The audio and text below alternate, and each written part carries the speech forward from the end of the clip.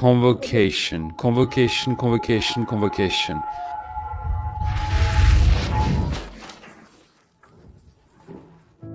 Le mot convocation, autrefois neutre, est déjà perçu comme une insulte. Le spectateur est fatigué. Au lieu d'une histoire, il reçoit souvent des leçons de morale et regarder un film avec son enfant devient une discussion gênante. Et le scénario est modifié pour correspondre à la tendance ou à quelque chose, à une idée de justice sociale. Mais bien que de nombreuses critiques envers l'agenda soient tout à fait justifiées, au fil des années, tant de mythes se sont développés autour de celui-ci que le sujet est devenu un véritable épouvantail. Certains ont commencé à voir l'agenda littéralement partout, même là où il n'existe absolument pas. On dirait que c'est l'excuse universelle pour tout mauvais film, au point qu'on ne sait plus où finit la réalité et où commencent les fantasmes des commentateurs. Certains pensent que Hollywood est contrôlé par des fonds secrets et des lobbyistes, d'autres que les réalisateurs sont forcés d'imposer la diversité. Certains craignent des sanctions, d'autres pensent que ce ne sont que des inventions de personnes voyant des secrets partout. Alors aujourd'hui, nous allons voir ce qui est vrai et ce qui est un mythe, si cette fameuse idéologie existe vraiment, et si oui, qui la met réellement en place ? Et surtout, est-ce vraiment aussi grave qu'on le pense ? En regardant cette vidéo jusqu'au bout, vous verrez combien de déformations et de mythes entourent ce sujet. Il est noir, mais pourquoi le crier? Pourquoi le dire fort? Alors on est raciste. C'est du racisme.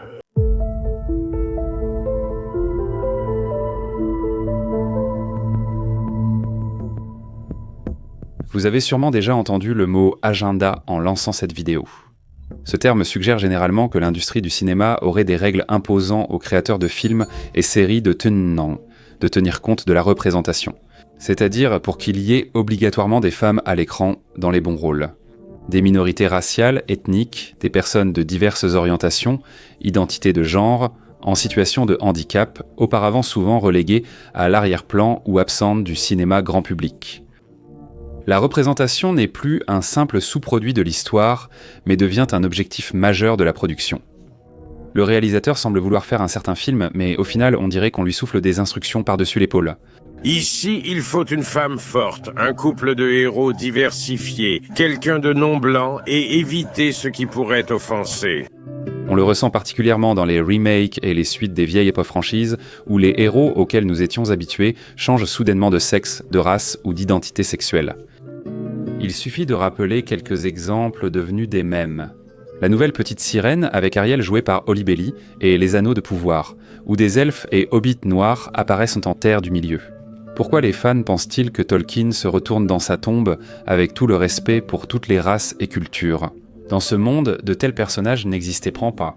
Bien sûr, Blanche-Neige, où l'héroïne n'est plus blanche comme neige et les nains sont remplacés par des créatures en images de synthèse, ce qui a même fâché une partie de la communauté des personnes de petite taille contre Disney.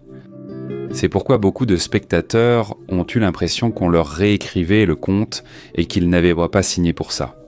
Et il y a une partie particulièrement active du public qui est catégoriquement mécontente de tout cela. Dans leur esprit, l'image ressemble à cela. Quelque part dans les coulisses, il existe d'énormes corporations et des marionnettistes invisibles qui investissent d'énormes sommes d'argent dans cette fameuse idéologie et la poussent partout où ils le peuvent.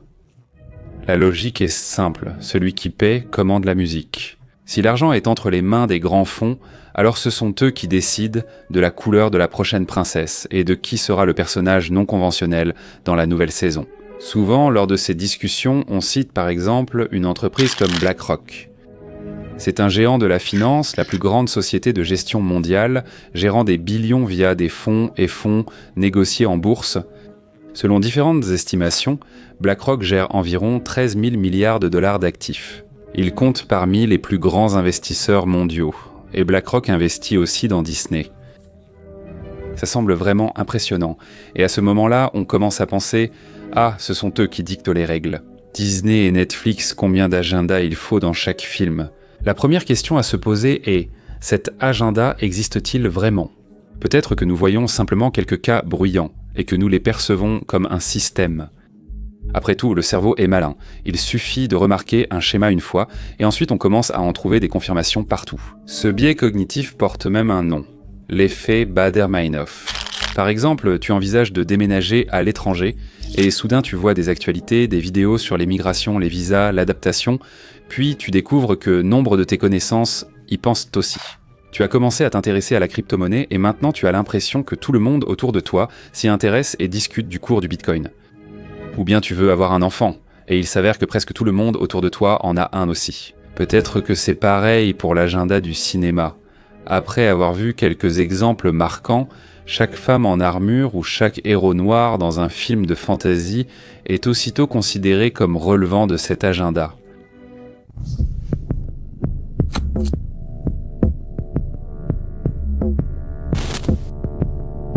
Il faut d'abord reconnaître que l'agenda au cinéma existe. Ce ne sont pas de simples rumeurs, mais des mécanismes officiels et documentés. Depuis 2024, la cérémonie des Oscars impose des normes spécifiques, sans lesquelles un film ne peut être nommé meilleur film.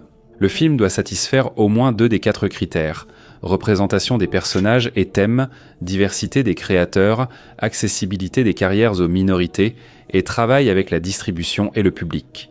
Donc si tu es réalisateur et veux que ton film soit nommé, tu dois considérer le nombre de femmes, de minorités ethniques, de personnes blanches et d'autres groupes présents. Donc l'agenda n'est pas un mythe, mais vous savez quoi, j'ai lu attentivement ces exigences des Oscars et en réalité, ce n'est pas si strict que ça. Tout d'abord, ces exigences ne concernent que la catégorie du meilleur film. Pour les autres catégories, comme meilleur acteur ou meilleure réalisation, ces exigences ne sont pas obligatoires, du moins pour l'instant. Deuxièmement, si on lit attentivement les exigences, le film doit remplir 2 des 4 standards, A, B, C ou D. Donc il y a un choix sur les critères à respecter, et on peut choisir une option assez légère. Par exemple, on peut choisir le point B3 selon lequel votre équipe de tournage doit compter au moins 30 femmes, ce qui, en principe, est une situation assez courante. Voilà, le premier des 2 critères est rempli. Ensuite, on prend un critère du point D. Il suffit de vérifier qu'au moins une femme occupe un poste de direction dans l'entreprise chargée de la distribution et de la publicité, et au moins un afro-américain, latino-américain, asiatique, ou un autre représentant d'une minorité ethnique à un poste de direction. Je suis sûr que les entreprises de distribution remplissent déjà ces critères en réalité, et voilà, vous avez satisfait à l'exigence. L'Oscar du meilleur film. Inutile de forcer l'intrigue ou de faire pression sur l'auteur. C'est pourquoi il y a un agenda, mais il est plutôt déclaratif. Mais le plus intéressant, c'est que ce phénomène n'est pas du tout nouveau. Il y a toujours eu un agenda, simplement auparavant il était différent. Rappelons-nous du code Hays qui a régi Hollywood des années 30 aux années 50. Par exemple, il interdisait de montrer à l'écran l'amour entre une personne blanche et une personne noire. Autrement dit, toute relation interraciale était considérée comme taboue. De plus, toute obscénité, scène sexuelle ou autre péché devait être soit montrée de manière extrêmement voilée, soit totalement interdite.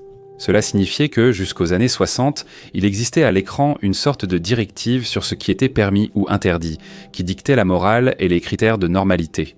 C'était une forme d'agenda, simplement d'un autre type, reflétant les valeurs de la société conservatrice de l'époque. Et voilà, un peu moins de 100 ans ont passé, et ce qui était interdit à l'époque est aujourd'hui fortement encouragé à Hollywood. Donc, il y a toujours eu un agenda, mais sa forme changeait en fonction des valeurs dominantes. Autrefois, c'était les interdictions et la censure. Aujourd'hui, c'est la représentation et l'inclusivité. D'accord, il y a un agenda et il est bel et bien réel, mais la question suivante est qui le met en œuvre, qui décide qui doit absolument être montré à l'écran et pourquoi ? Y a-t-il vraiment des marionnettistes invisibles derrière tout ça avec des valises peu d'argent ?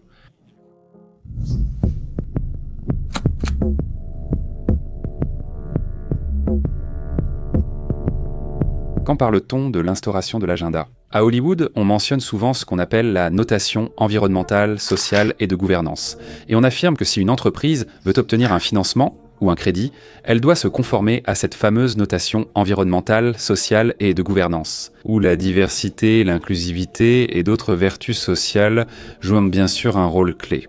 En résumé, pour obtenir l'argent des puissants, sois gentil et adapte le scénario.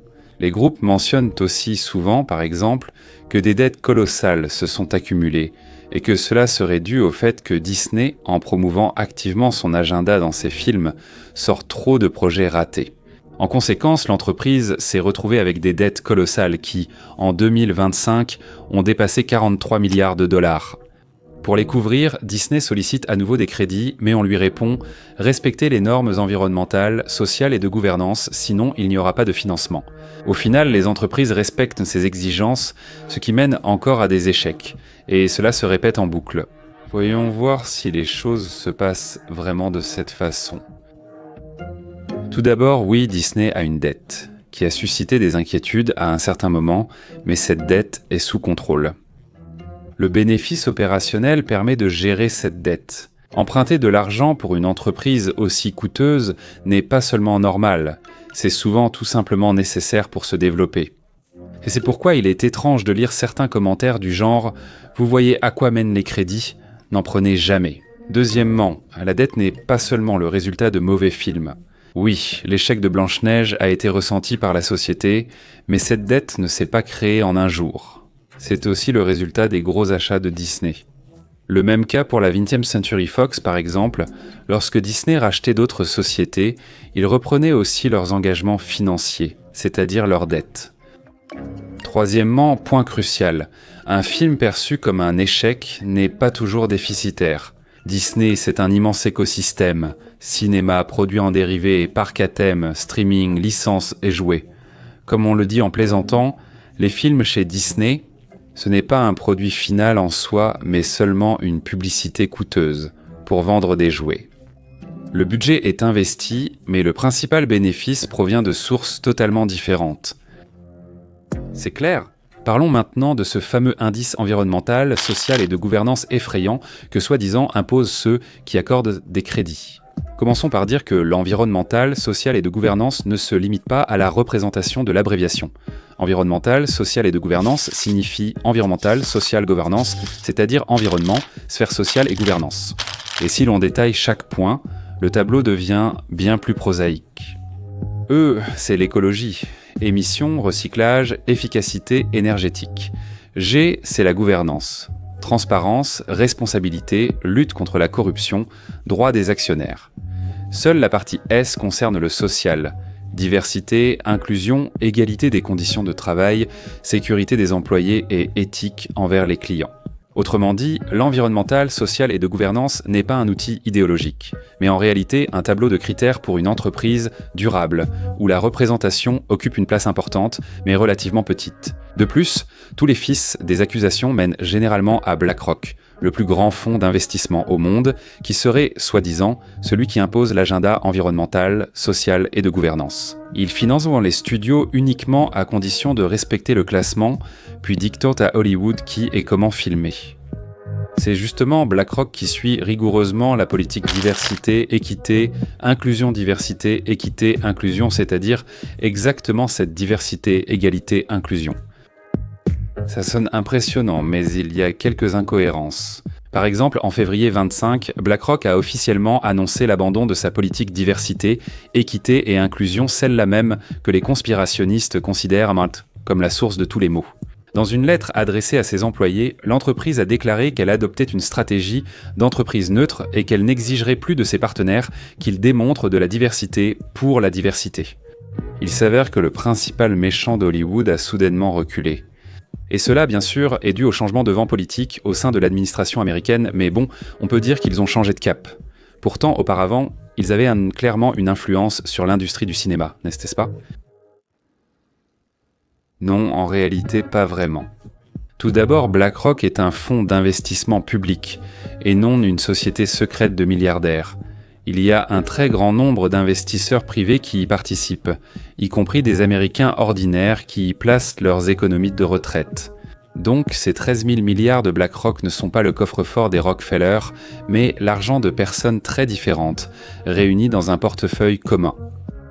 Deuxièmement, BlackRock agit généralement comme un fonds d'investissement passif. Cela signifie qu'il ne choisit pas manuellement dans quelles entreprises investir, mais achète des parts via des fonds indiciels, c'est-à-dire qu'il suit simplement le marché pour répartir les risques. Par exemple, un fonds créé pour suivre l'indice S&P 500, qui regroupe les entreprises américaines les plus performantes, achète automatiquement les actions de toutes ces entreprises dans les mêmes proportions. Il ne sélectionne pas les entreprises qui soutiennent ou non l'agenda. Il existe quelques fonds actifs, mais malgré cela, BlackRock ne détient pas de participation majoritaire dans les studios de cinéma, c'est-à-dire 50 plus une action. Ils détiennent effectivement environ 7 actions de Disney, un peu moins dans Netflix et Warner Bros. Discovery. Mais ce n'est pas suffisant pour dicter la politique. La voix d'un tel actionnaire est prise en compte, mais elle n'est pas décisive au maximum. Il peut participer au vote, au conseil d'administration, et c'est tout. Il ne participe pas à la gestion des studios, il ne dicte pas le scénario et ne décide pas qui jouera Ariel. Il n'en a pas le pouvoir. Donc la théorie selon laquelle BlackRock impose un agenda à travers les notations environnementales, sociales et de gouvernance sonne bien, mais elle ne résiste pas à l'examen des faits. Il y a bien un agenda, mais apparemment c'est quelqu'un d'autre qui l'impose, alors qui donc...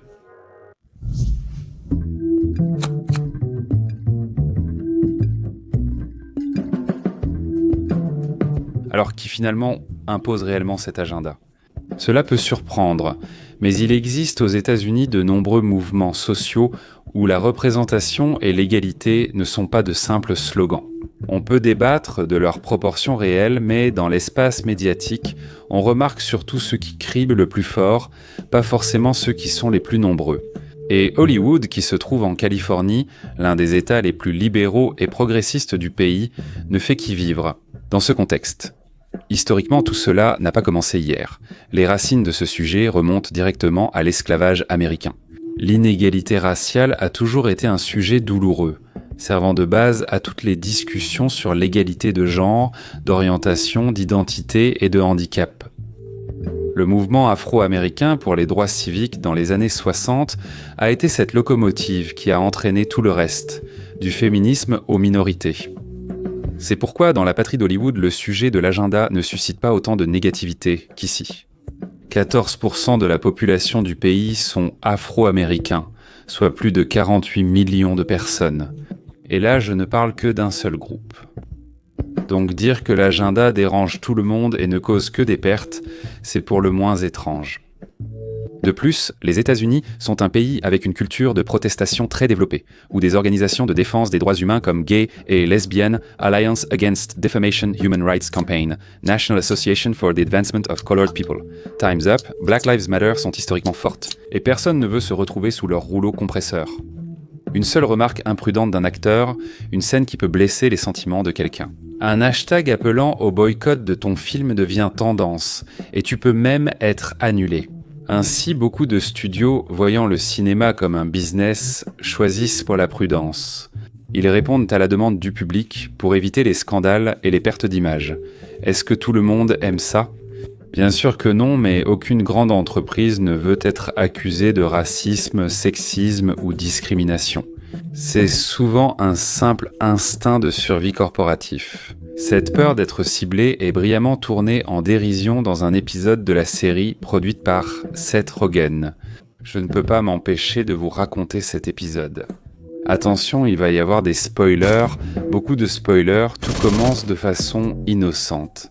L'équipe invite le rappeur Ice Cube à doubler une boisson gazeuse. À bord, nous avons Bill Duhamel, Sandra et Cube. Ce n'est pas un simple casting, c'est un casting de rêve. C'était une excellente idée, mais la joie est de courte durée.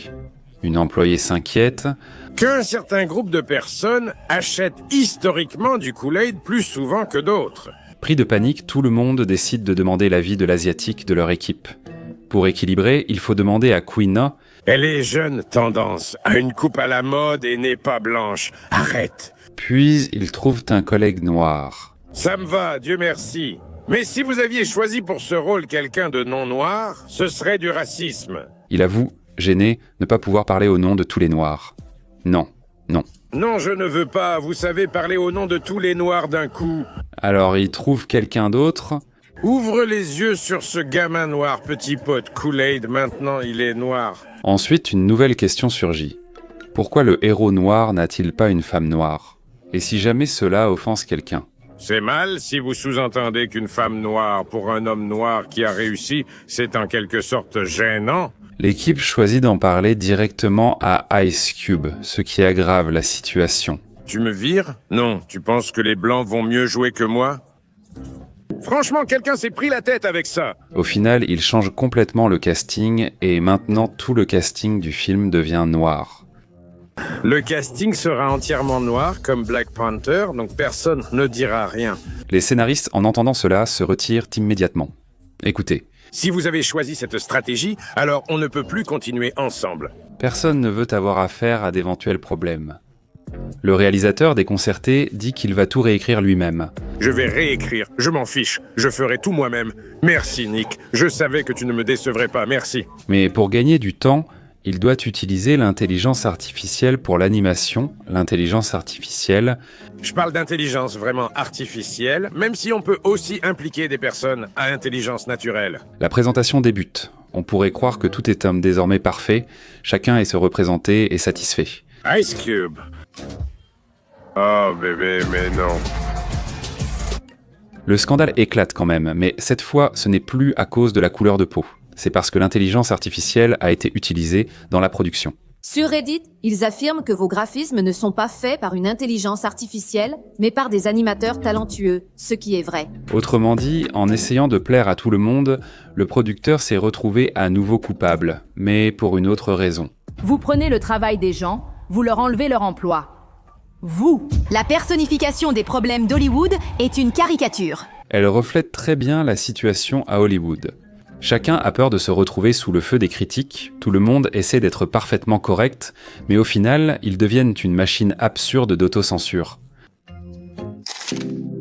Après le changement d'administration présidentielle aux États-Unis en 2025, certains pensaient que tout le monde allait retourner sa veste. On pensait que les entreprises allaient arrêter les programmes de diversité, d'égalité et d'inclusion et abandonner l'agenda, mais ce n'est pas le cas. Certaines entreprises bondées ont reculé, comme BlackRock, mais beaucoup d'autres ont affirmé publiquement maintenir leur cap. Par exemple, Netflix, Walmart, Apple et d'autres. Ils ont affirmé que la politique d'inclusivité et de soutien aux minorités resterait essentielle à leur culture d'entreprise. Bien sûr, cette situation ne plaît pas à tout le monde, et le mécontentement grandit également. Mais ce que le public veut vraiment, c'est une autre question. La plupart des gens n'ont rien contre la diversité, mais contre les mauvais films. Si un film essaie bien fait et l'histoire fonctionne, le public ne se soucie pas du nombre de femmes, de personnes noires ou en situation de handicap à l'écran. Personne ne critique Quentin Tarantino pour Kill Bill, où une héroïne forte se venge du monde entier, parce que le film est génial. Personne ne s'indigne de l'Alien de Ridley Scott, de la forte Ellen Ripley ou de Terminator 2 avec Sarah Connor. C'est pareil avec le film Intouchable sur l'amitié entre un jeune noir et une personne handicapée. C'est un film sincère et bienveillant que je n'oserais pas qualifier d'idéologique, ou comme La Ligne Verte, un film sur la discrimination raciale. Les gens apprécient vraiment la diversité. Ils n'aiment tout simplement pas les mauvais films. Cette vidéo est une expérience pour la chaîne. D'habitude, j'analyse ici les personnages, leurs motivations, leur philosophie, leur psychologie, mais aujourd'hui, on s'est un peu éloigné du sujet habituel et on a jeté un œil dans les coulisses de la baleine de l'industrie du cinéma. Si ce petit écart par rapport au contenu habituel de la chaîne vous a plu, dites-le dans les commentaires et laissez un like socialement significatif, que cela serve de signal pour savoir s'il vaut la peine de continuer à aborder ce genre de sujet.